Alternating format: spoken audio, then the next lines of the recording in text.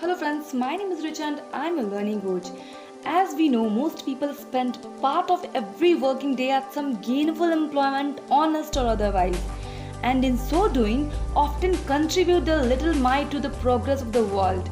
We explore in this chapter the ideas behind people's occupations and the words that translate these ideas into verbal symbols.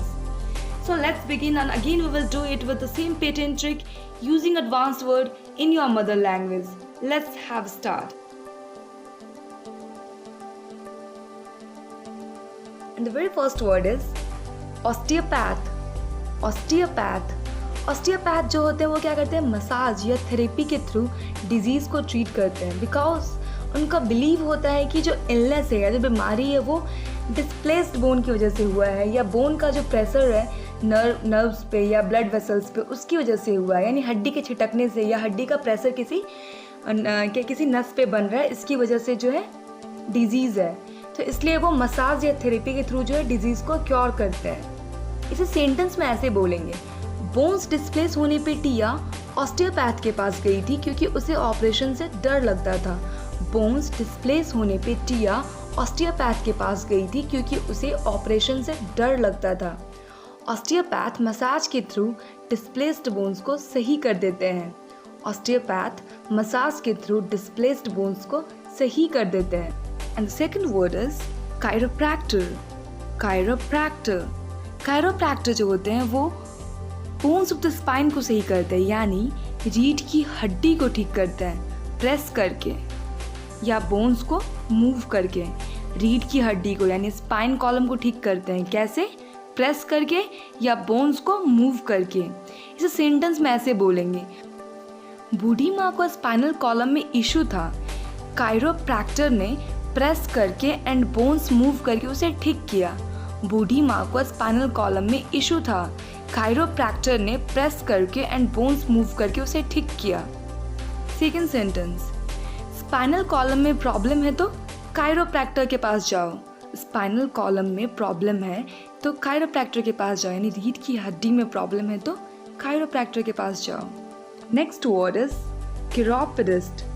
किरोपेडिस्ट chiropodist का मतलब होता है वो doctor जो आपके foot को देखते हैं, हु लुक्स आफ्टर फीट, पाँव को देखते हैं। अगर आपके फीट में प्रॉब्लम है तो किरोपेडिस्ट से दिखवाना पड़ता है। अब फूट में कैसे प्रॉब्लम होते हैं, तो फीट में आपके प्रॉब्लम होंगे, कभी कभी आपको कॉर्न हो जाता है या आपके नाखून उल्टे डायरेक्शन में बढ़ने लगते हैं, या किसी किसी का पाँव पूरा बचपन से फ्लैट होता है। तो इन सारे इश्यूज़ को चेक करवाने के लिए हमें कहाँ जाना पड़ता है? किरोपेडिस्ट के पास। किरोपेडिस्ट के पास। तो सेंटेंस में ऐसे बोलेंगे, पाँव में कॉर्न होता है तो किरोपेडिस्ट के पास जाना होता है। पाँव में कॉर्न होता है तो किरोपेडिस्ट के पास जाना पड़ता है। किरोपेडिस्ट से दिखाना है, नेल्स अंदर ग्रो हो रहा है।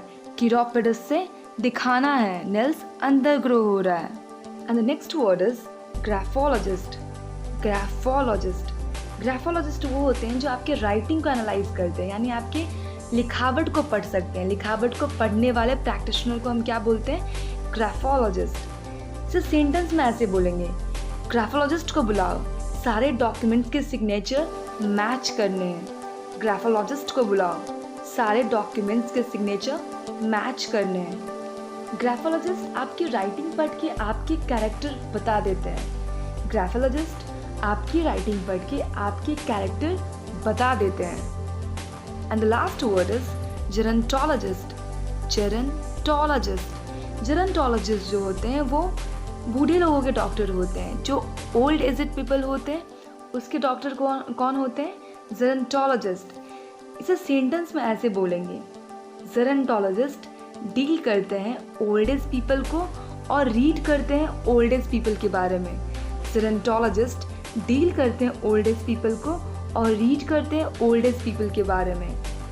जेरंटोलॉजिस्ट ओल्डर पीपल की economic problem, social problem, mental problem या कोई भी दूसरा प्रॉब्लम उसे डील करते हैं। जेरंटोलॉजिस्ट ओल्डर पीपल की economic problem, social problem, mental problem या कोई भी दूसरा प्रॉब्लम उसे डील करते हैं।